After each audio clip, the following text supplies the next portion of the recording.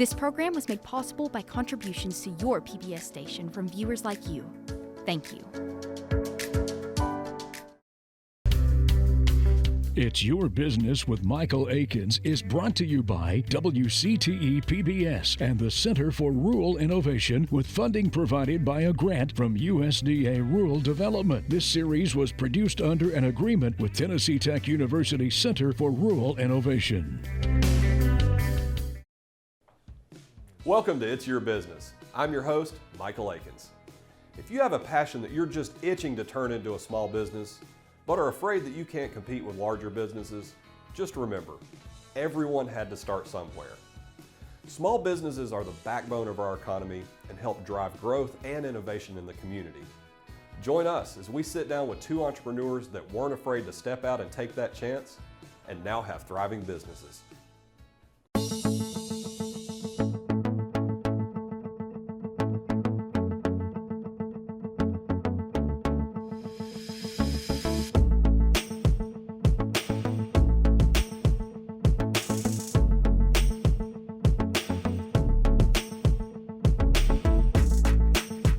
I think we can all agree the American dream is to own your own house, your own little part of the world.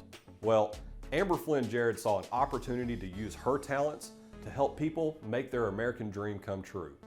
She loves the personal aspect of her career and sees it more than just a job.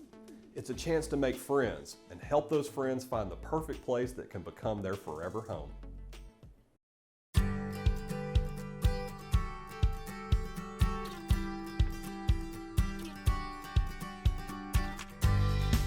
I'm here in Cookeville, Tennessee with serial entrepreneur and real estate maven, Amber Flynn Jared. Amber, welcome to the show. Oh, thanks, Michael. I'm super excited. You guys have been doing a great job with this.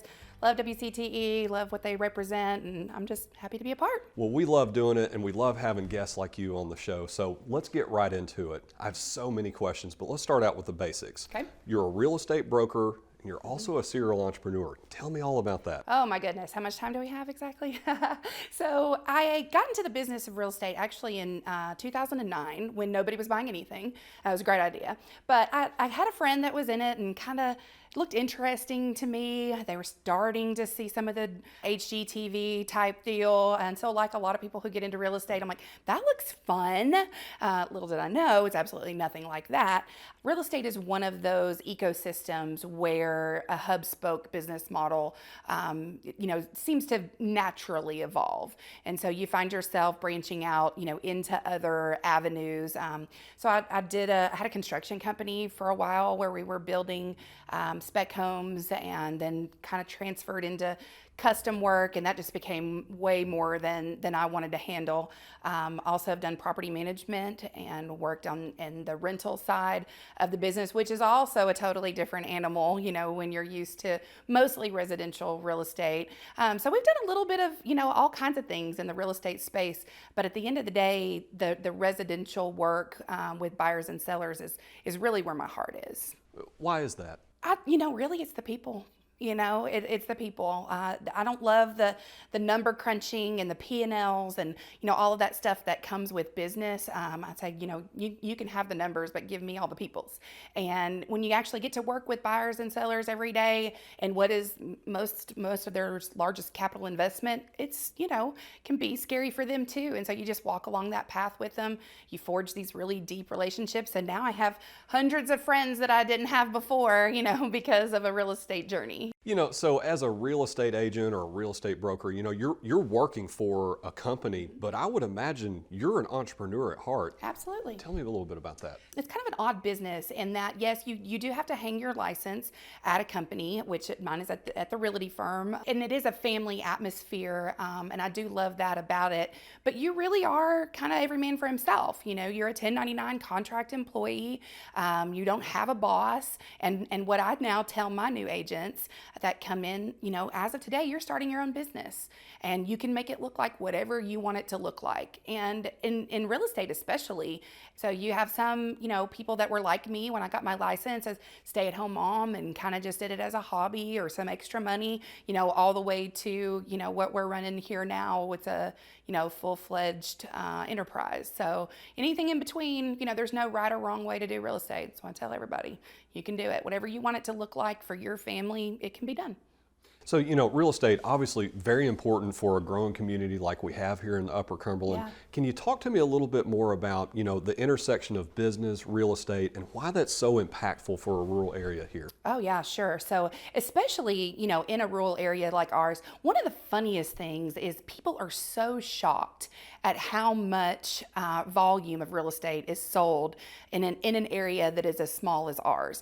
Our Upper Cumberland Association of Realtors covers about 16 counties, the Upper Cumberland region, and the amount of real estate that actually trades hands, through our association alone is staggering. And people don't realize that there is that much that transacts. And that represents buyers and sellers, who are either, move-up buyers who are buying, their second and third home, getting something a little bit bigger, people who are downsizing. And, we love to be able to be a part of that. But it's huge because it's that that employs these agents, that are spending their tax dollars and, buying homes themselves here and now running their businesses and funneling that money back into our local economy. Now, you said a moment ago that there's a staggering amount of real estate transactions here in the Upper Cumberland, but I'm also willing to guess that maybe if you were in a Nashville market or really anywhere else in an urban market, there's a lot more opportunity, but you've chosen to stay right here in our rural community. Yeah. Why?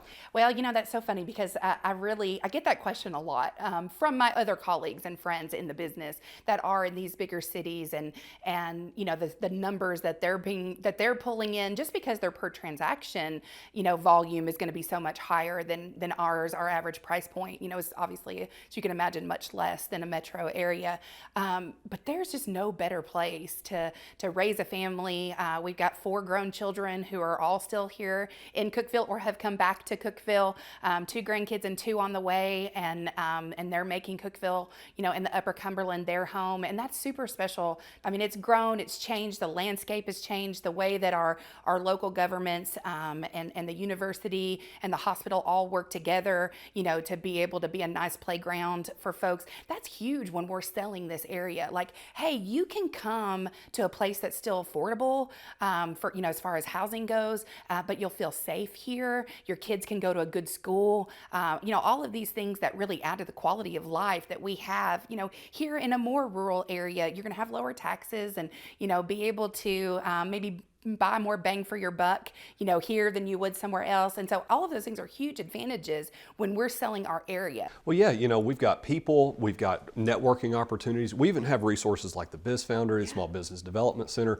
What would you say to somebody that's thinking about starting that business but just hasn't really crossed the fence yet? What would you say to them? I would definitely encourage them to get connected and get plugged in with the organizations that you've talked to and even other business owners, like I said, that they know, if they'll go and just be willing to sit down and say, can I buy you a cup of coffee and just pick your brain? I can't tell you how many times, I get a phone call like that and I never say no. And most of the folks that I know would be willing to do the same thing and just say like, hey, here's an idea that I have. What's wrong with it? What do I need to do to fix it? And who do I go to next? And most of your, I think most people who are in a leadership position are very passionate about helping people connect. So we've got the support for individual businesses. We've got community connectors like yourself. Speaking specifically to the policymakers, the legislators here, what would you tell them? What do we need here to continue on this path of thriving and surviving for small business? Oh yeah, that's awesome. I think that having a local government that really does care, that is connected to our small businesses.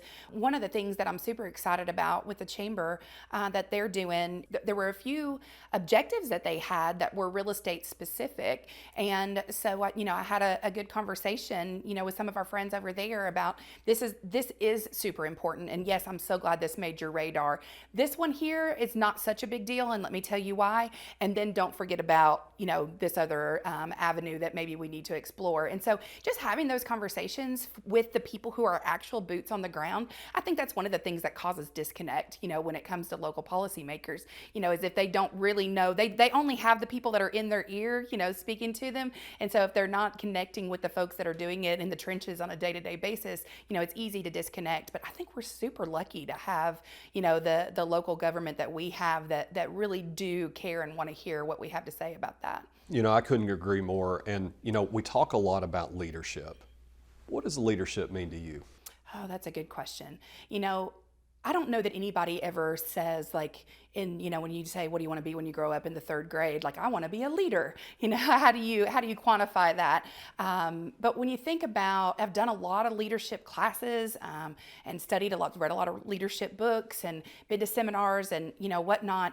And everybody kind of has a different picture, of what leadership is like. But one of the best quotes I had ever heard about it is, if you're considering yourself a leader and you turn around and no one is behind you, you're really just on a walk.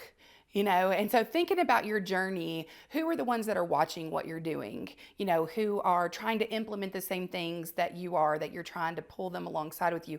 If you're just go, go, go and you turn around and nobody's behind you, you're just on a walk.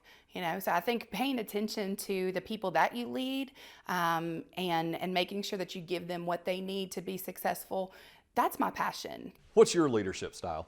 Well, my husband would probably tell you that I'm way too easy on folks. I'm definitely not a dictator when it comes to leadership style. But for me, I'm a servant leader. I think, again, that sounds like, I'm not like, don't pat me on the back. I'm not doing this as a hobby, but at the end of the day, I want to work side by side with my folks. I'm never going to ask them to do something I wouldn't do, but they know I've got their back. Well, Amber, clearly you're passionate about everything. This has been a wonderful conversation. Thank you so much for being on the show. Absolutely. Hey, anytime we can get together and hang out, there's going to be good stuff going on.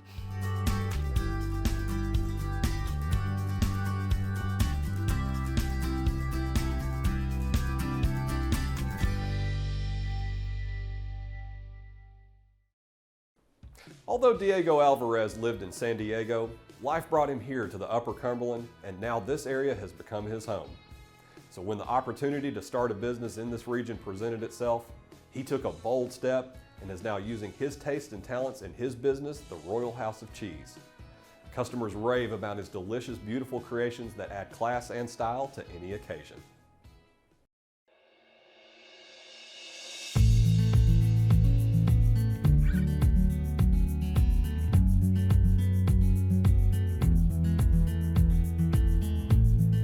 We're here in Cookeville, Tennessee with Diego Alvarez, owner and founder of Royal House of Cheese. Diego, welcome to the show. Thank you for having me, I appreciate it. First of all, what is Royal House of Cheese? What do you all do? So Royal House of Cheese is a catering business that I started about 3 years ago. We specialize in cheese boards, charcuterie, and grazing tables, and any artistic food arrangements. How did you get the idea for this business? So, like I said, about 3 years ago, I was entertaining, having friends over, I was cooking, but then I got tired of the cleaning afterwards. So one day I said, you know what, I just need something simple for my guests. And during that time, the whole cheese board and charcuterie trend was happening. And so I was on Pinterest and I saw some cheese boards. I was like, oh, I like those. I think I'm just gonna do one of those. And so I did, and my guests loved it. And then I started doing more and more of them. And then I noticed on Instagram and on Facebook that cheese boards started coming up more. The more I researched it, the more they were coming up, so the more ideas I got. And then I realized that there was businesses in Australia that were doing grazing tables and luxury picnics, and they do all that. So that's kind of how I got the idea. So you started out your business with really just an idea, you were serving it to friends, and then it has become what it is today, 3 years later. So, as a business owner, what is some of the most important things that you've learned so far? Going into business, I never went to school for business. I knew nothing about business. I was really intimidated because I knew that it wasn't going to be easy. And I'm really just learning as I go. I learned time management. I learned, I've already been good at talking to people. I was already good at that. But I'm learning things like that. Networking is very important, and I'm learning every day.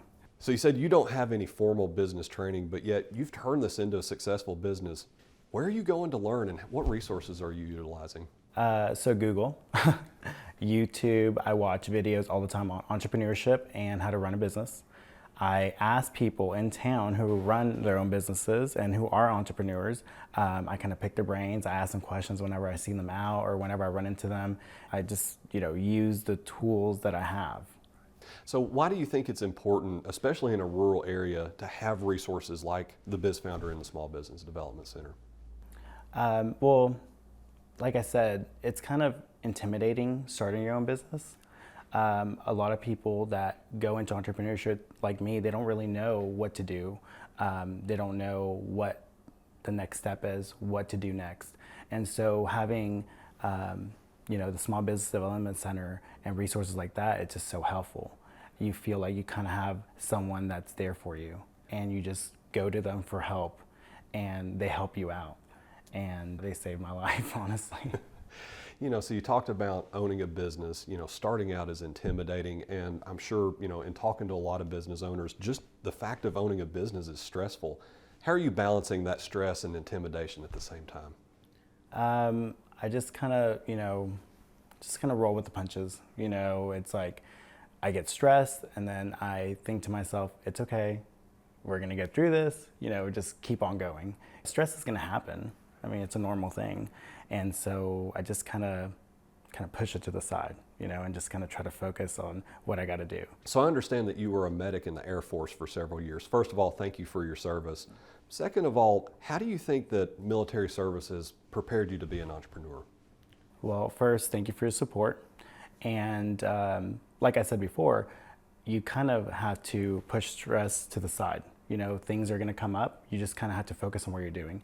And that's one thing that the military taught me how to do in basic training. And then my career in the Air Force was a medic.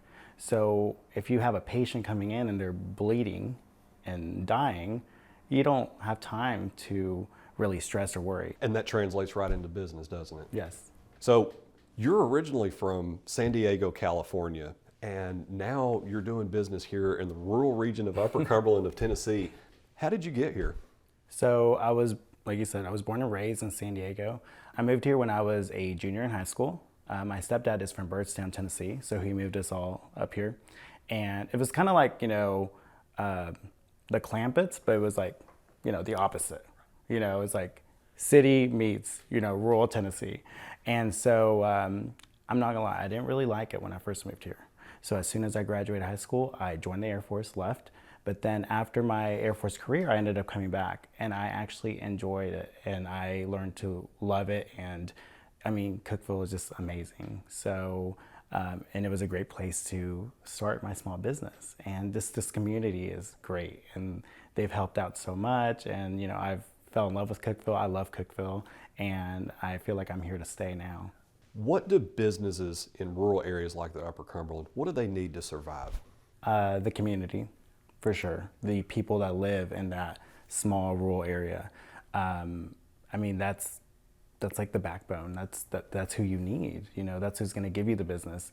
So that's why it's important to go out there and shake hands and kiss babies and meet your neighbors and everyone, because they're the ones that are going to support your business. They're going to elevate you and push you. We have each other when it's a smaller community.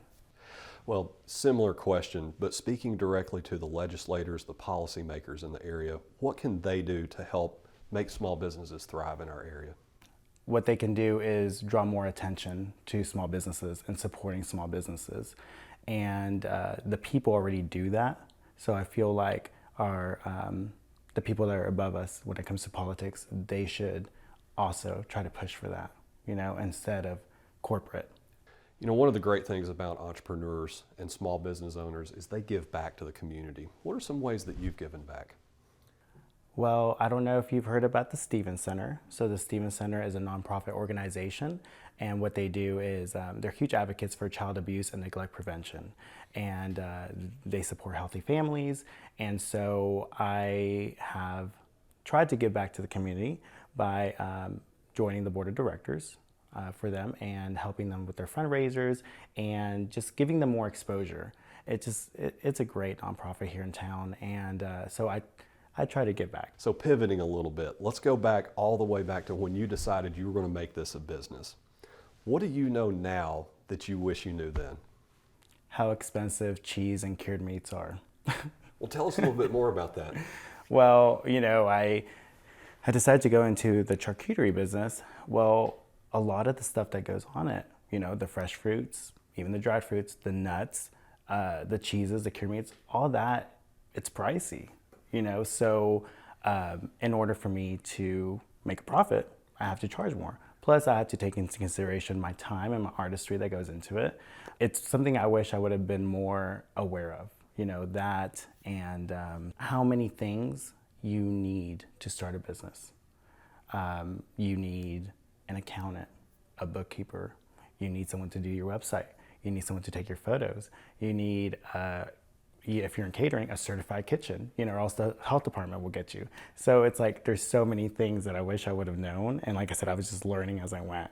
And I'm like, okay, here's a list. And I would check 1 or 3 off. And as soon as I checked one off, 5 others would pop up. I'm like, okay, now I got to check that off. And so I just kept on going and going and going. But now you're here, you're clearly successful, you love what you do. So this show speaks directly to people thinking about creating a business, but maybe they're on the fence and just haven't really decided to actually do it yet. What advice would you give to them? Just take that leap, take that jump. Start that business, especially if it's a passion of yours. Why not? And let's just say it doesn't work out.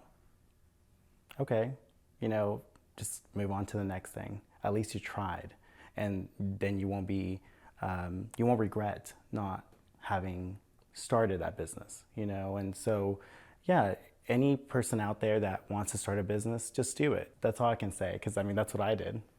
I was hesitant, but I jumped and I did it, and I'm glad I did it. And now looking back, I'm just, I want to thank myself, Diego 3 years ago. I just want to thank him and be like, thank you for doing this. Thank you for having the courage to start your own business. So we've talked about Diego 3 years ago, talked about Diego right now.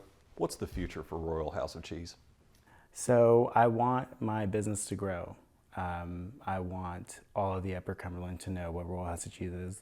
I want, like I said, maybe to expand to other areas, maybe Nashville, maybe Knoxville area. I want to share my passion and, what I do with the world. Well, I have no doubt you'll get there. Diego, thank you so much for being on the show. Thank you. Thank you for having me. I appreciate it.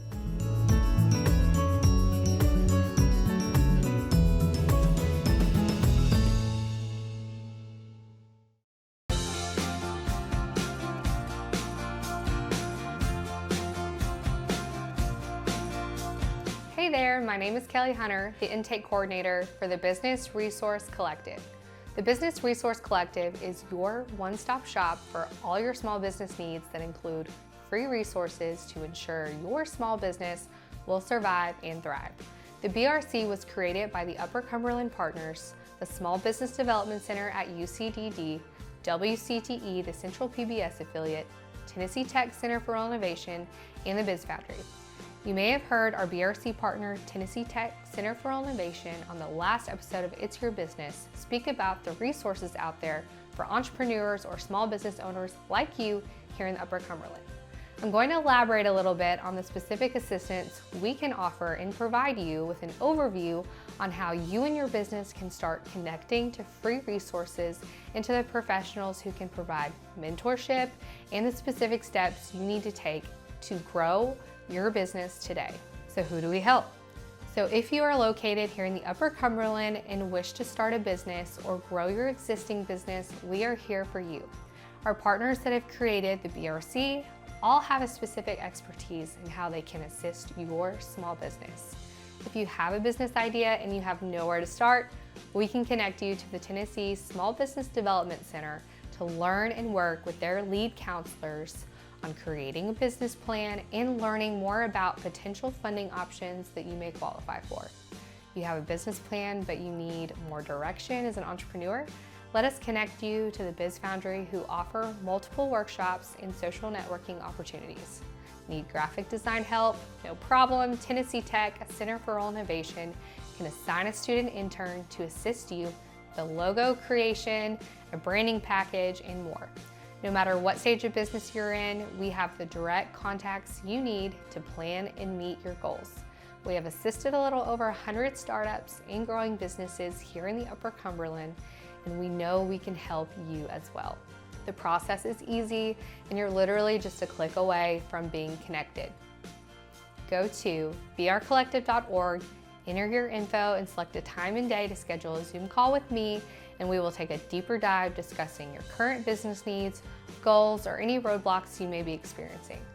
Once we talk, I will send you an email with all of the resources and direct contacts who will help you through each stage of business as you move forward in your journey to becoming a successful entrepreneur.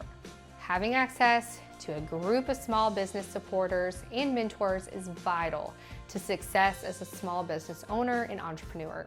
We are here to help you every step of the way, and I look forward to connecting with you soon. You can also find us on Facebook and Instagram at brcollective10. Thanks for tuning in to It's Your Business. For more information on today's topics, please visit the WCTE website. To learn more about free small business resources and expert assistance, visit the Business Resource Collective website. Until next time, I'm Michael Aikens.